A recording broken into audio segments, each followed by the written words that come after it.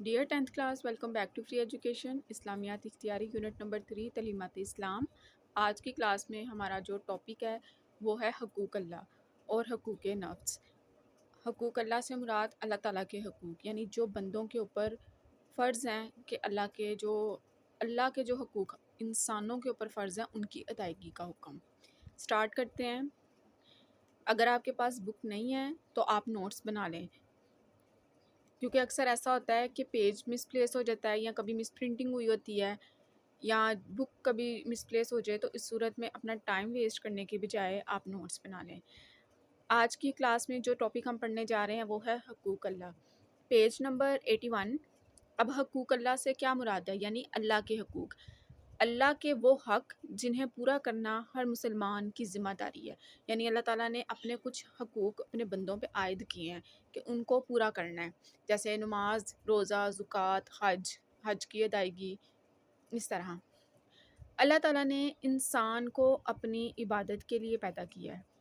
ارشاد باری تعالیٰ کا مطلب ہوتا ہے اللہ تعالیٰ فرماتے ہیں وما خلقت الجن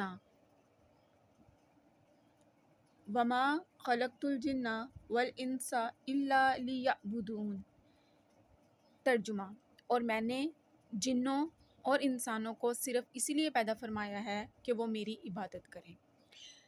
اللہ کی عبادت انسان کا سب سے بڑا فرض ہے اور اسے پورا کرنا اس کے ذمہ لازم ہے۔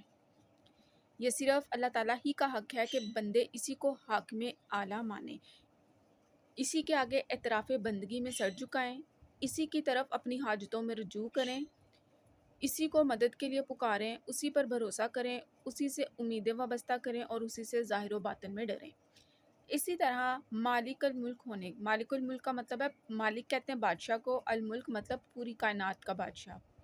اسی طرح مالک الملک ہونے کی حیثیت سے یہ منصب بھی اللہ تعالیٰ ہی کا ہے، اب کہ اپنی رعیت کے لیے حلال و حرام کی حدود مقرر کرے۔ یہاں پہ رعیت کا مطلب ہے عوام، لوگ، ہم انسان، یہاں پہ انسانوں کی بات ہو رہی ہے۔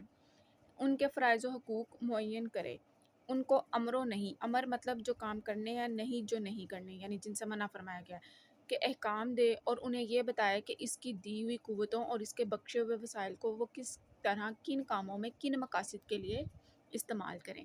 یہ صرف اللہ تعالیٰ کا حق ہے کہ بندے اس کی حاکمیت تسلیم کریں، اس کے حکم کو منبع قانون، یعنی کہ منبع کا مطلب ہوتا ہے ذریعہ، ٹھیک ہے، اس کے حکم کو یعنی اس کے جو بھی احکام اللہ تعالیٰ نے اپنے بندوں پہ لازم کیے ہیں انہی کو ہر چیز کا ذریعہ مانے، ٹھیک ہے، قانون بنانے کا ذریعہ مانے، اور اسی کو امر و نہیں کا مختار سمجھے، اپنی زندگی کے معاملات میں اسی کے فرمان کو فیصلہ کن مانے اور ہدایت و رہنمائی کے لیے اسی کی طرف رجوع کریں۔ جو شخص اللہ تعالیٰ کی ان صفات میں سے کسی صفت کو بھی کسی دوسرے کی طرف منسوب کرتا ہے اور اس کے ان حقوق میں سے کوئی ایک حق بھی کسی دوسرے کو دیتا ہے، وہ دراصل اللہ تعالیٰ کا مد مقابل اور ہمسر بناتا ہے، جو کسی صورت میں بھی جائز نہیں۔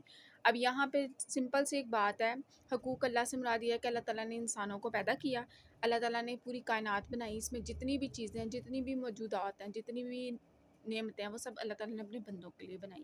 لیکن سوال یہ پیدا ہوتا ہے کہ اللہ تعالیٰ نے بندوں کو یعنی انسانوں کو کیوں پیدا کیا ہے؟ تو اللہ تعالیٰ قرآن پاک میں فرماتے ہیں، قرآن اس بات کا جواب دیتا ہے کہ اللہ تعالیٰ نے انسانوں اور جنوں کو اللہ اپنی عبادت کے لیے، یعنی ایک اللہ کی عبادت کے لیے پیدا کیا۔ اب اللہ تعالیٰ کے حقوق سے کیا مراد ہے؟ کہ اللہ تعالیٰ کا حق ہے کہ اس کی عبادت کی جائے، یہ اللہ کا حق ہے، اس کی بندگی کی جائے، اس کے آگے سر جھکایا جائے، اسی کو اپنا رب مانا جائے، اس کے سوا کسی کو اس کی ذات میں صفات میں شریک نہ ٹھہرایا جائے، یہ ہے اللہ کے حقوق۔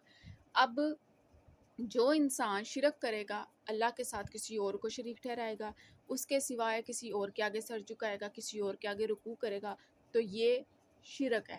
اور جو اللہ تعالیٰ کی بتائی ہوئی باتیں اور اللہ تعالیٰ کے احکامات کو ماننے سے انکار کرے گا تو وہ منکر ہے۔ یہاں پہ یہ بتایا گیا ہے کہ اللہ تعالیٰ اپنی ذات میں، صفات میں واحد و یکتا ہیں، ان کا کوئی ہمسر ثانی نہیں۔ لیکن اگر انسانوں میں سے کوئی انسان اللہ تعالیٰ کی صفات میں سے کسی ایک صفت کو بھی بندے کے ساتھ جوڑتا ہے یا یہ کہتا ہے کہ یہ بندہ بالکل ایسے ہے، اس میں وہی صفت ہے جو اللہ میں ہے، تو وہ شرک ہے، کیونکہ اللہ تعالیٰ نے فرمایا ہے کہ وہ اپنی ذات میں، صفات میں یکتا ہے۔ سورۃ اخلاص جو ہے وہ اس بات کا پروف ہے کہ اللہ تعالیٰ کے پاس جو علم ہے، اللہ تعالیٰ کے پاس جو صفات ہیں، جو خوبی ہیں، وہ کسی میں نہ تھی نہ ہوں گی۔ اللہ تعالیٰ اپنی ذات میں، صفات میں یکتا ہے، اور بندے کا فرض ہے، بندے کے اوپر فرض ہے کہ وہ اللہ کے حقوق کو صحیح طریقے سے ادا کرے، اور ان حقوق کو ادا کرنے میں وہ شرک نہ کرے۔ عبادت کرنی ہے تو صرف اللہ کی کرے، نماز پڑھنی ہے محض اللہ کے لیے پڑھے، اور اسی کے آگے سجدہ کرے، اس کا قبلہ کعبہ صرف اللہ ہو، وہ کسی اور کو عبادت کا جو ہے وہ حقدار نہ سمجھے۔ سو یہاں پہ ہمارا جو ٹاپک ہے حقوق اللہ مکمل ہوتا ہے۔ Stay connected and stay blessed.